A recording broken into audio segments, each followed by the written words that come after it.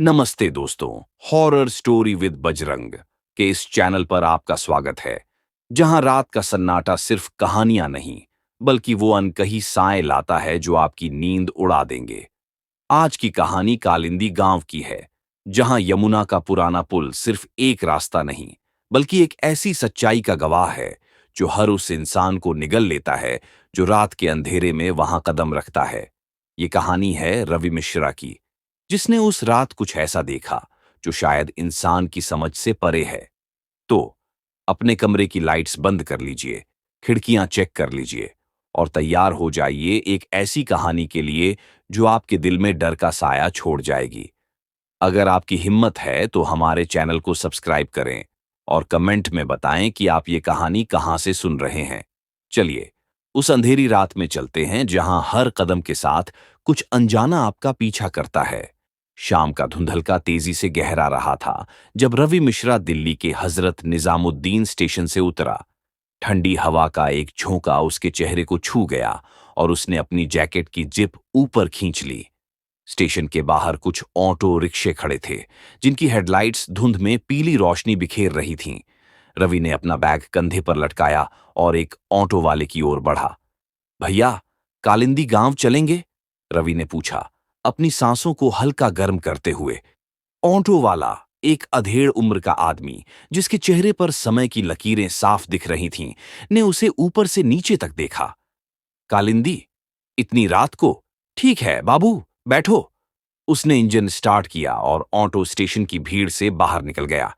रवि बचपन में अपने पिता के साथ कालिंदी गांव आया था। उसकी मौसी और मौसा यहीं रहते थे। उस वक्त वह शायद 10-12 साल का रहा होगा। अब 12 साल बाद वह फिर से इस गांव की ओर लौट रहा था। उसका मन थोड़ा बेचैन था। दिल्ली की चमक दमक और ऑफिस की भागदौड़ से दूर इस गांव की शांति उसे एक अजीब सा सुकून दे रही थी, लेकिन साथ ही कुछ अनजाना सा डर भी मन में उठ रहा था। चाचा, सुना है कालिंदी में रात को लोग ज्यादा बाहर नहीं निकलते। रवि ने बात शुरू की, ऑटो की खटखटाहट के बीच। ऑटो वाला हल्का सा हंसा, लेकिन उसकी हंसी में कुछ खोखलापन था। बाबू, ठीक सुना है।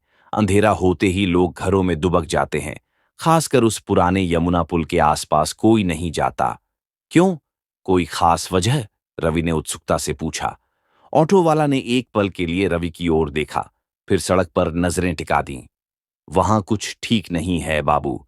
हर महीने उस पुल के पास कोई न कोई लाश मिलती है। लेकिन अजीब बात यह है कि लाश हमेशा उन लोगों की होती है जो अविवाहित होते हैं। रवि की भौहें सिकुड़ गईं। अविवाहित? ये तो अजीब है। अजीब ही कह लो। गांव वाले कहते हैं कि उस पुल पर कोई बुरा साया है, जवान खून का भूखा। ऑटो वाले की आवाज में एक ठंडक थी, जैसे वह कोई पुरानी कहानी सुना रहा हो, लेकिन उसकी आंखों में कुछ ऐसा था जो रवि को बेचैन कर गया। बुरा साया? मतलब भूत प्रेत की बातें? रवि ने हल्के से हंसने की कोशिश की, लेकिन उसकी हंसी अधूरी रह गई। शहर वाले इन बातों पर यकीन नहीं करते बाबू, लेकिन हम गांव वाले सच मानते हैं। रात के 12 बजे के बाद कोई उस पुल की ओर नहीं जाता, खासकर तुम्हारी उम्र के लोग। ऑटो वाले ने आखिरी वाक्य धीरे से कहा, जैसे कोई चेतावनी दे रहा हो। बातें करते करते ऑटो रवि की मौसी के घर के सामने रुक गया। पुराना मकान, जिसकी दीवारें समय के साथ फीकी पड़ चुकी थीं, अब भी वैसा ही लग रहा था जैसा रवि को बचपन में याद था। दरवाजे पर दस्तक देते ही उसकी मौसी शांति देवी ने दरवाजा खोला। उनके चेहरे पर खुशी की चमक थी, लेकिन आंखों में एक हल्की सी चिंता भी झलक रही थी। अरे रवि, इतने साल बाद, आ जा बेटा। मौसी ने उसे गले लगाया। मौसा रमेश चाचा भी बाहर आए और उसे देखकर मुस्कुराए। उनके चेहरों पर खुशी थी, लेकिन गांव के माहौल की कोई अनकही बात उनके हाव भाव में थी। खाना खाने के बाद रवि अपने कमरे में गया। रात के 11 बज चुके थे। सफर की थकान ने उसे जकड़ लिया था और बिस्तर पर लेटते ही नींद ने उसे अपनी आगोश में ले लिया। लेकिन आधी रात, करीब 2:30 बजे, उसकी नींद अचानक टूट गई। उसका मन बेचैन था। नींद जैसे आंखों से कोसों दूर चली गई थी। वह बिस्तर पर करवटें बदलता रहा, लेकिन बेचैनी कम नहीं हुई। आखिरकार उसने मोबाइल उठाया और बाहर टहलने का फैसला किया। घर में सभी गहरी नींद में थे। उसने हल्के से दरवाजा खोला और बाहर निकल गया। ठंडी हवा ने उसे फिर से छुआ, लेकिन इस बार उसमें कुछ अजीब सा था। गांव की गलियां सुनसान थीं। दूर कहीं कुत्तों के भौंकने की आवाज आ रही थी, जो रात की सन्नाटे को और गहरा रही थी। चलते चलते वह उसी पुराने यमुना पुल के पास पहुंच गया। चांद की रोशनी में पुल शांत और सुंदर लग रहा था।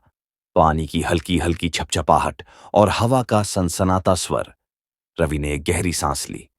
कितना सुकून है यहां, उसने सोचा। शहर की भागदौड़ से दूर ऐसी शांति और कहां मिलेगी। वह पुल की रेलिंग के पास बैठ गया। उसका मन थोड़ा हल्का हुआ, लेकिन तभी उसे अपनी गर्लफ्रेंड माया की याद आई। कुछ दिन पहले दोनों में झगड़ा हुआ था। माया ने उसकी किसी बात पर नाराजगी जताई थी और रवि ने भी गुस्से में ज्यादा प्रतिक्रिया दे दी थी। अब उसे लग रहा था कि शायद उसकी गलती थी। उसने जेब से मोबाइल निकाला, माया को कॉल करने की सोची, लेकिन फिर रुक गया। इतनी रात को अगर उसने कॉल रिसीव नहीं किया तो और गुस्सा हो जाएगी। उसने मैसेज खोला और पुराने चैट्स देखने लगा। तभी अचानक एक नया मैसेज आया। आई एम सॉरी रवि, मेरा गुस्सा ठीक नहीं था, मुझे माफ कर दो। मैसेज माया का था। रवि हैरान रह गया। 5 साल के रिश्ते में माया ने कभी गुस्से में पहले बात नहीं की थी।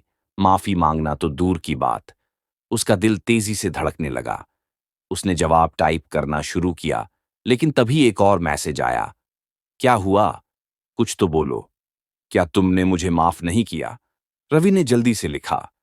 अरे, तुम माफी क्यों मांग रही हो?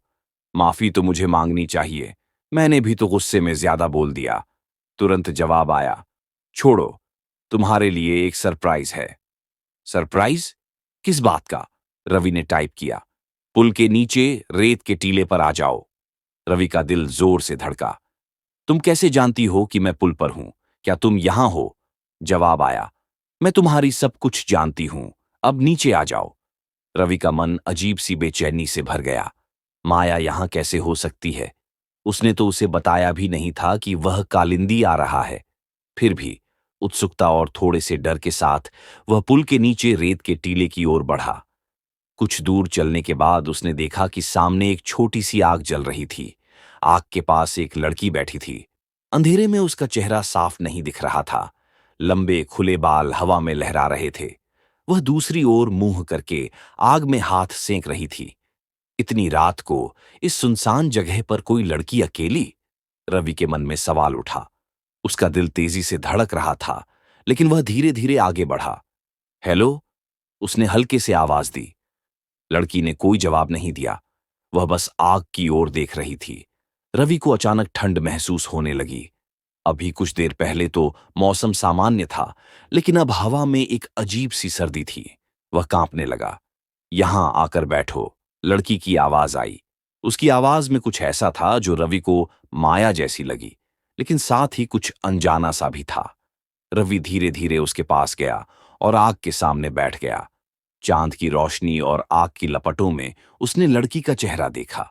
उसका दिल एक पल के लिए रुक गया। माया? वह हैरान रह गया। तुम यहां कैसे? माया ने कोई जवाब नहीं दिया। उसका चेहरा नीचे की ओर था। रवि ने फिर पूछा, माया, तुमने बताया नहीं, तुम यहां कब और कैसे आई? ये तो मेरे मौसा का गांव है, तुम्हें कैसे पता? माया ने धीरे से अपना हाथ रवि की ओर बढ़ाया। रवि ने बिना सोचे उसका हाथ पकड़ा, लेकिन जैसे ही उसने उसका हाथ छुआ, उसे कुछ अजीब सा लगा। उसका हाथ ठंडा था और उंगलियां उंगलियां सामान्य नहीं थीं। माया, तुम्हारा हाथ, ये कैसा लग रहा है? रवि की आवाज में डर था।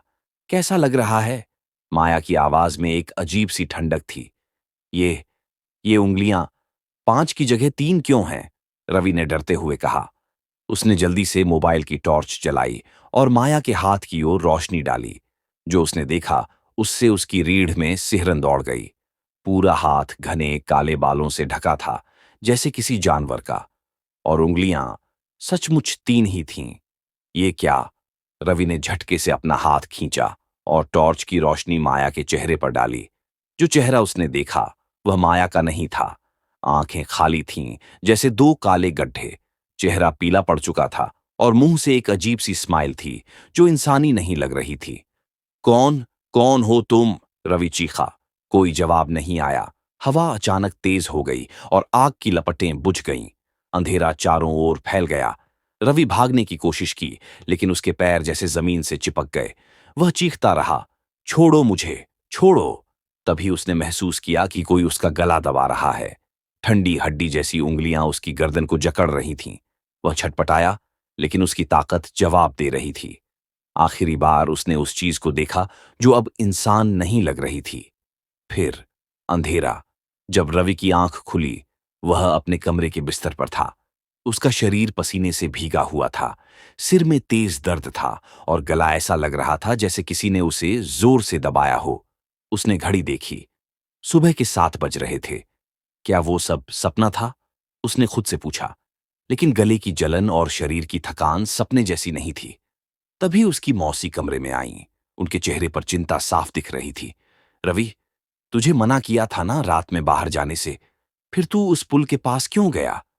मौसी, मैं मैं वहां कैसे पहुंचा? रवि का दिमाग अब भी धुंधला था। सुबह सुबह पूजा कॉलेज जा रही थी। उसने तुझे पुल के पास बेहोश पड़ा देखा। फिर हम लोग तुझे घर ले आए। मौसी की आवाज में गुस्सा और डर दोनों थे। पूजा? रवि ने अपनी छोटी बहन की ओर देखा, जो दरवाजे पर खड़ी थी। उसके हाथ में एक जलेबी थी और चेहरे पर चाशनी की चमक।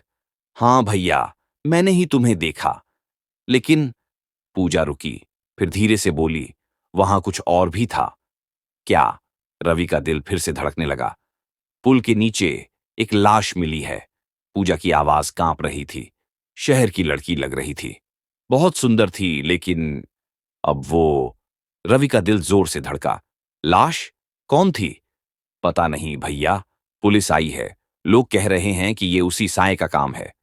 पूजा ने जलेबी का टुकड़ा मुंह में डाला और चुप हो गई। तभी रवि का फोन बजा। उसने स्क्रीन देखी। राहुल, उसका दोस्त, कॉल कर रहा था। हाय रवि, हैप्पी बर्थडे भाई। लेकिन ये क्या, तूने माया को सरप्राइज क्यों नहीं दिया? राहुल की आवाज में उत्साह था। बर्थडे? अरे मैं तो भूल ही गया था। लेकिन माया, वो कहाँ है? रवि का दिमाग अब तेजी से चल रहा था। अरे, माया तुझसे मिलने कालिंदी गई थी। मैंने खुद उसे गाड़ी में बिठाया था। तूने उससे मुलाकात नहीं की। रवि का फोन हाथ से छूटते छूटते बचा। क्या? माया कालिंदी आई थी? कब? कल रात, तेरे जाने के 1 घंटे बाद। उसका फोन बंद है। तू बता, वो कहाँ है? रवि का दिमाग सुन्न हो गया। उसने फोन रखा और बिना कुछ सोचे पुल की ओर दौड़ा। वहां पहले से ही भीड़ जमा थी। पुलिस की गाड़ियां खड़ी थीं। लोग फुसफुसा रहे थे। रवि ने हिम्मत जुटाकर भीड़ के बीच से रास्ता बनाया और लाश की ओर देखा। उसके पैरों तले जमीन खिसक गई। वह माया थी। उसका चेहरा पीला पड़ चुका था और आंखें खुली हुई थीं, जैसे कुछ देख रही हों। रवि चीखा और जमीन पर गिर पड़ा। नहीं, ये माया नहीं हो सकती। वह रो रहा था। तभी उसकी मौसी ने उसे संभाला। रवि, शांत हो जा। मौसी, ये माया है। वो मेरे लिए आई थी। लेकिन वो चीज, उसने। रवि की आवाज टूट रही थी। मौसी ने गहरी सांस ली। रवि, एक बात बताऊं, तू अविवाहित नहीं है। क्या? रवि ने हैरानी से उनकी ओर देखा। तेरे पिता ने बचपन में तेरी शादी कर दी थी, उनके दोस्त की बेटी से। लेकिन जब वो दोस्त मर गया, उसकी पत्नी ने शादी से इनकार कर दिया। हमने भी इस बात को भुला दिया। शायद इसलिए तू बच गया। रवि का दिमाग ठनक गया। तो वो चीज सिर्फ अविवाहितों को मारती है? मौसी ने कोई जवाब नहीं दिया। उनकी आंखों में डर था। उसी रात जब रवि अपने कमरे में था, उसका फोन फिर बजा। स्क्रीन पर माया का नाम था। उसका दिल रुक गया। उसने कांपते हाथों से कॉल रिसीव किया। रवि। दूसरी ओर से माया की आवाज आई, लेकिन वह वैसी नहीं थी। वह ठंडी थी, जैसे हवा में कोई फुसफुसा रहा हो। माया, तुम तुम तो। मैं तुम्हारे साथ हूं रवि, हमेशा। फोन कट गया। रवि ने कमरे की ओर देखा। खिड़की खुली थी और बाहर से ठंडी हवा आ रही थी। तो दोस्तों, ये थी कालिंदी के उस पुराने यमुना पुल की खौफनाक कहानी, जहां रवि ने न सिर्फ अपने डर का सामना किया, बल्कि उस साए को देखा जो शायद अब भी उसका पीछा कर रहा है। क्या वो माया थी, या वो भयानक हकीकत जो कालिंदी की रातों में सांस लेती है? ये सवाल आपके मन में एक ठंडी सिहरन छोड़ जाएगा। वो पुल अब भी वहां खड़ा है और हर रात उसका सन्नाटा किसी नए शिकार का इंतजार करता है। अगर इस कहानी ने आपके रोंगटे खड़े कर दिए तो लाइक करें, अपने दोस्तों के साथ शेयर करें और कमेंट में जरूर बताएं कि ये कहानी आपको कितना डराने में कामयाब रही। बजरंग के इस चैनल पर ऐसी ही रूह कंपा देने वाली कहानियों के लिए सब्सक्राइब करें और बेल आइकन दबाएं ताकि अगली कहानी का खौफ आप तक सबसे पहले पहुंचे।